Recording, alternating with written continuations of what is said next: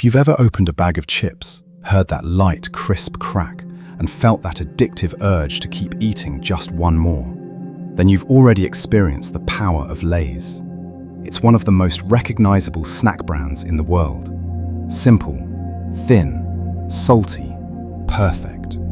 But behind that simplicity lies a story that is far more unusual than you might expect.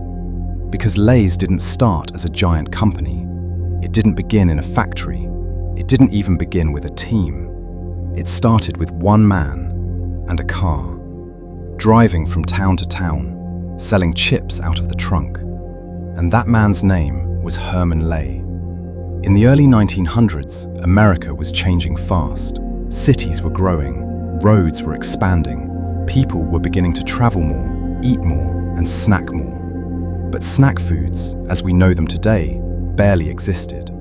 There were no massive brands, no supermarkets filled with colorful bags, no global snack empires.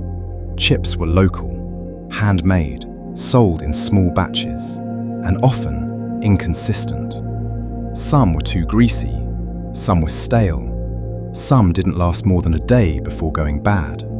There was no standard, no system, no brand people could trust. And that gap, that inconsistency, would become an opportunity.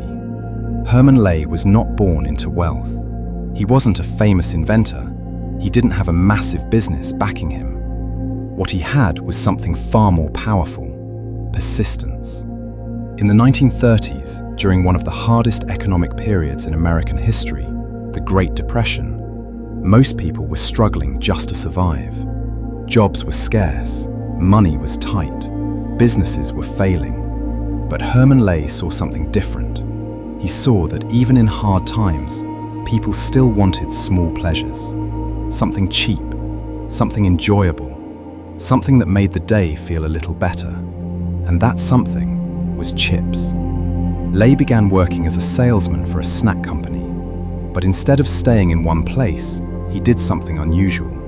He took chips, loaded them into his car, and began driving from town to town, selling them himself. He would visit stores, talk directly to shop owners, build relationships, convince them to carry his chips. And if they said no, he'd go to the next one, and the next, and the next. This wasn't a glamorous business. It was slow, it was exhausting, but it worked. Because Herman Lay wasn't just selling chips, he was building trust. At the time, potato chips had a big problem. They didn't stay fresh. Most were packed in barrels or tins. By the time they reached customers, they were often stale, oily, and unappealing. But Lay understood something critical.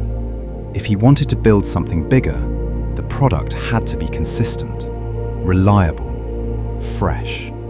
So instead of just selling chips, he focused on improving how they were made and delivered. Better packaging, faster distribution, higher standards. These small changes began to separate his product from everyone else. By the 1940s, Herman Lay took a bold step. He didn't just want to sell chips, he wanted to own the entire process. So he started his own company. And for the first time, chips weren't just a product, they were a brand. That brand became Lay's. Now here's where things get interesting. Lay didn't just grow his company by making chips. He grew it by mastering distribution. While others focused only on production, Lay focused on getting his chips everywhere. He built networks, routes, systems. His chips showed up in more stores, more towns, more places than anyone else's. And once customers started recognizing the brand, something powerful happened. They began to trust it. They began to choose it. And slowly, Lay's became the standard. But the real turning point came when Lay understood something deeper about human behavior. People don't just eat snacks for hunger. They eat for comfort, for habit, for pleasure. And once someone likes a snack, they keep coming back. That's when Lay leaned into a now famous idea, a slogan that would define the brand forever. You can't stop at one. It wasn't just marketing, it was truth. Lay's chips were designed to be light, crispy, and perfectly salted, triggering the exact combination that made people want more, and more, and more. As the company grew, Lay made another strategic move that would change everything. He merged with another rising snack company, one that specialized in corn chips. That company was Frito. Together, they formed a new powerhouse, Frito-Lay. This merger didn't just combine products, it combined distribution, innovation, and scale. Suddenly, Lay's wasn't just a chip brand, it was part of a snack empire. From there, growth exploded. Factories expanded, production scaled, marketing became more aggressive. Lay's chips spread across the United States, then across the world. New flavors were introduced: barbecue, sour cream and onion, salt and vinegar, each one tapping into different tastes, different cultures, different cravings. And yet, at the core, the product remains simple: potatoes, oil, salt. That simplicity became its strength. But the story of Lay's isn't just about success, it's about precision. Behind every chip is a process refined over decades. The potatoes are carefully selected. The slices are cut to exact thickness.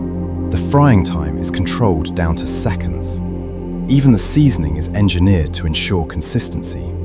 Because when you open a bag of Lay's anywhere in the world, it should taste exactly the same.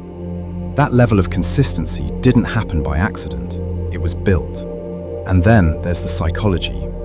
Lay's mastered the art of making a product that feels light, even when you're eating a lot of it. The thinness, the crisp texture, the subtle salt. It creates an illusion that you're not eating much, but before you realize it, the bag is empty. That's not luck, that's design. Over time, Lay's became more than just a snack. It became part of everyday life. Movie nights, road trips, parties, football games. It became associated with moments, with memories, with comfort. And that emotional connection made the brand even stronger. Because now, people weren't just buying chips, they were buying a feeling. Today, Lay's is one of the most recognized snack brands on Earth. It exists in dozens of countries, each with its own unique flavors. In some places, you'll find spicy chili versions. In others, seafood flavors. Even unusual combinations like yogurt, honey butter, or masala. And yet, no matter where you are, that same yellow bag carries the same identity. But what makes this story truly strange is how simple it all began. No big factory, no massive investment, no advanced technology, just one man, a car, and a belief that something small could become something big. Herman Lay didn't invent potato chips. He didn't discover potatoes. What he did was something far more powerful. He built a system, a brand, a level of trust that turned a simple snack into a global empire. And maybe that's the real lesson behind the strange origin of Lay's.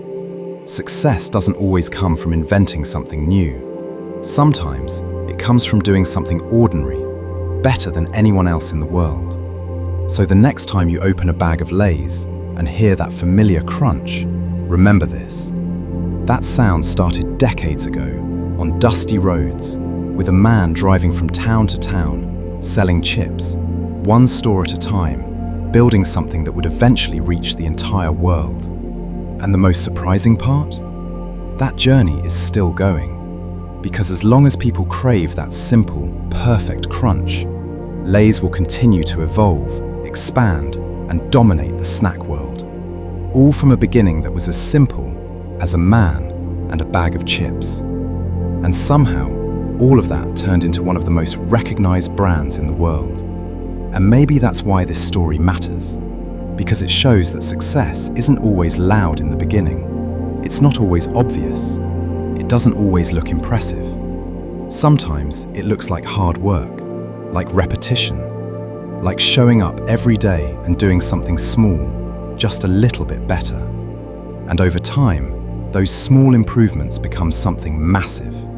Lay's didn't just grow because of luck. It grew because it understood people. It understood habits. It understood how something simple, when done right, can become irresistible. And that's why, even today, decades later, in a world full of options, full of competition, full of new brands trying to take its place, Lay's still stands strong. Because it didn't just build a product, it built trust, it built consistency, it built a habit. So the next time you open a bag of Lay's and hear that quiet, satisfying crunch, take a moment to think about how far that sound has traveled. From dusty roads in the 1930s, to factories around the world, to shelves in nearly every country, to your hands.